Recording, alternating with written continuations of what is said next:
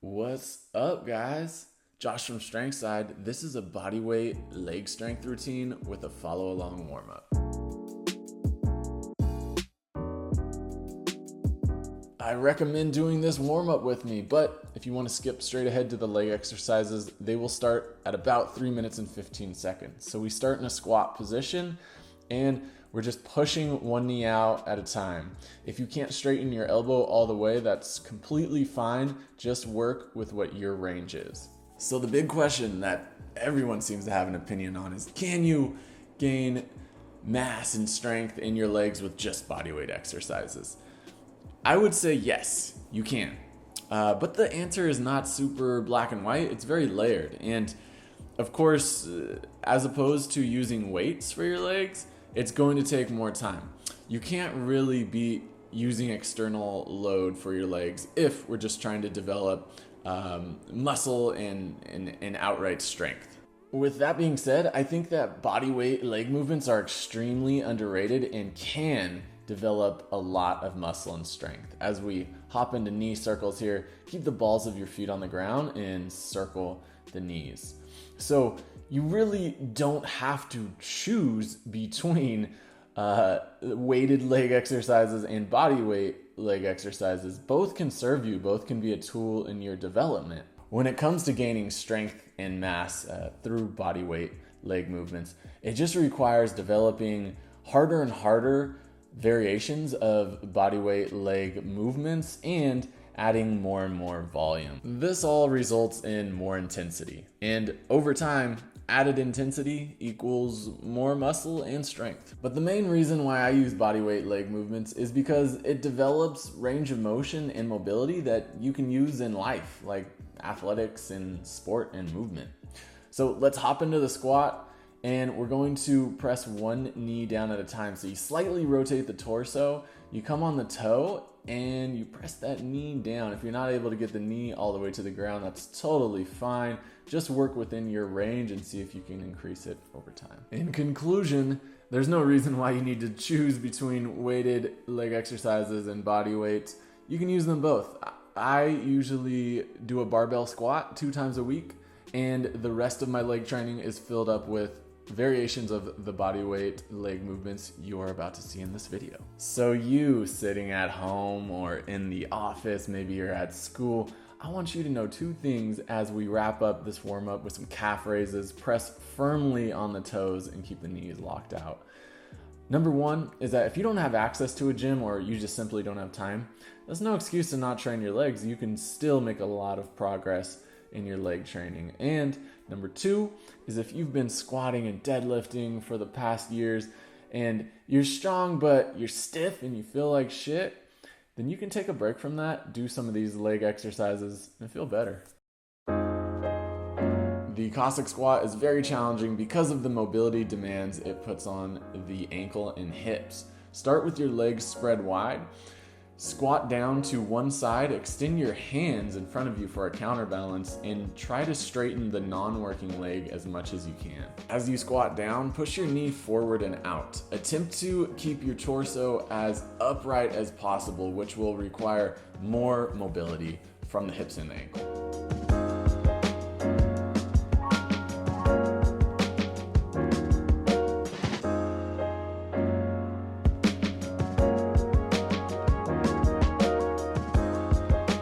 Whenever I train the Cossack squat, I always like to pause on the last rep for 5 to 10 seconds in the bottom position.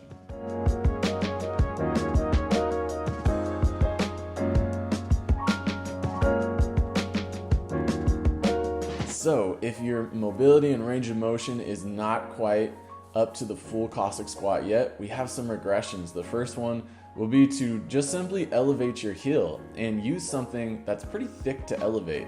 This will automatically increase your ankle range of motion, and for most people will be able to sit down deeper right off the bat. Next, you can try hinging the torso forward so my torso becomes more parallel to the ground, and to put the hands down on the ground to give me assistance and to counterbalance my weight here. Now, if you couple this one with elevating your heels, most people will be able to achieve some form of the Cossack squat. And if you're using this variation, I recommend going side to side, and you'll eventually be able to pick up those hands and to come a little bit more upright into the full Cossack. The straight single leg Romanian deadlift puts a lot of strength demands on the hamstrings and the glutes. You're going to keep one leg locked out, hinge your torso forward, and bring the non-working leg straight back to keep your whole body in a straight line. Attempt to get your torso to about parallel to the ground, and then bring yourself back up as quickly as possible. It's very important to keep your hips facing straight forward and not swinging out. You can achieve this by keeping both toes pointed straight forward. These are very challenging with the straight knee. If you get shaky and fall over, that's just giving your body more of a chance to learn the balance and stability. Keep pushing forward.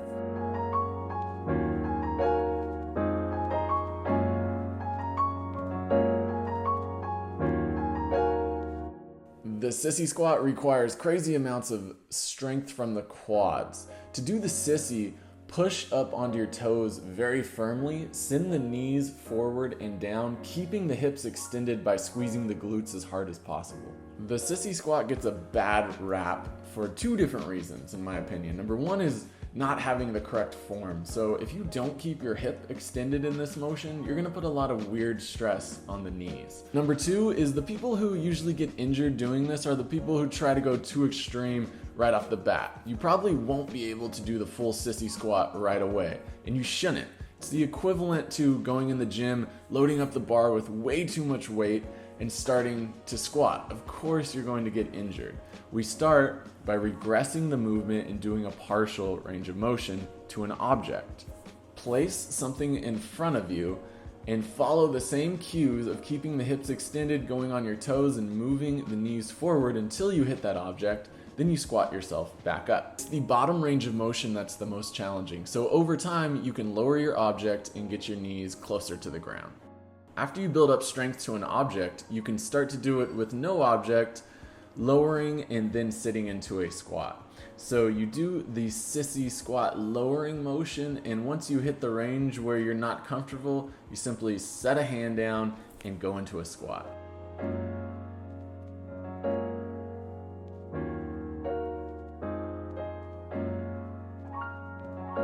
Next, you'll be able to do a full lower to the ground and still exit by putting your hand down and going through the squat. Contrary to what most people will tell you, these will make your knees super strong, and you'll be surprised at how good your knees are feeling.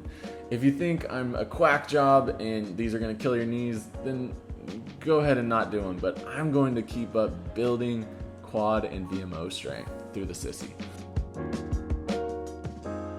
Next is the ring hamstring curl. Okay, technically this isn't body weight, but if you don't have rings or a suspension trainer, then you can just do the first 3 movements and still get a great workout. Place your feet in the rings, elevate the hips, and then curl the legs by bringing the heels as close to the butt as possible. Keep your hips driving up throughout this whole motion, and that will result in the most amount of hamstring and glute activation.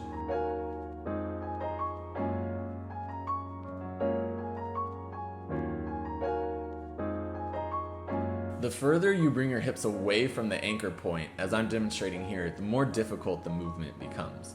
For the easiest variation, keep your hips directly under the anchor point.